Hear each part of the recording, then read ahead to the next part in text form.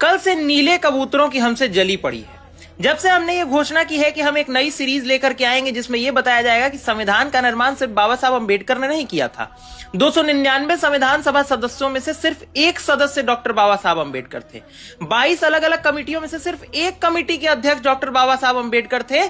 21 अलग अलग अध्यक्ष भी थे और उन लोगों का भी इस देश के संविधान में योगदान है। 4 ऐसे भी लोग थे जिनका योगदान है जिसको बताया नहीं जाता।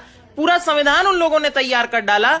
यहां तक कि उन लोगों का योगदान तो यह है कि वो संविधान सभा के सदस्य नहीं थे, फिर भी संविधान निर्माण उनकी वजह से ही हो पाया। वो नहीं होते तो नहीं हो पाता।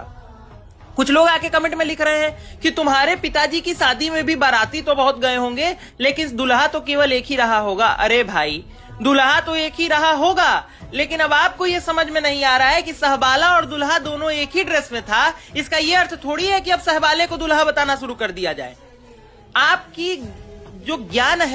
आपका जो ज्ञान है वो बिल्कुल अधूरा है। आप किसी और को सुनना नहीं चाहते हैं। अगर आप में तर्क शक्ति है तो आने वाले दिनों में जब प्रतिदिन मेरा ये वीडियो आ रहा होगा शाम 7:30 बजे हमारे हर चैनल पे, तो तर्क के साथ इसको काट करके देखिए। -40 वाली बुद्धि रखिएगा और सोचिएगा कि केवल हमारी तारीफें होती रहे, तो ये नहीं होगा।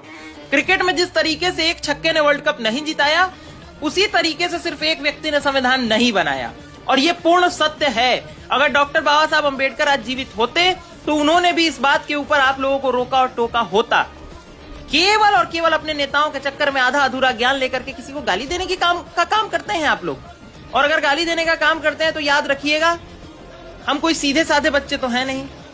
अगर आप हमको गाली देंगे तो रिटर्न भी मिलेगा। फिर ये मत कहिएगा कि ये नेता बहुत गाली देता है, तो गाली तो दिया जाएगा। आप ही कहते हैं कि हम उस समाज से आते हैं जो शोषक समाज रहा है, तो वक्त बदला होगा, रक्त नहीं बदला है।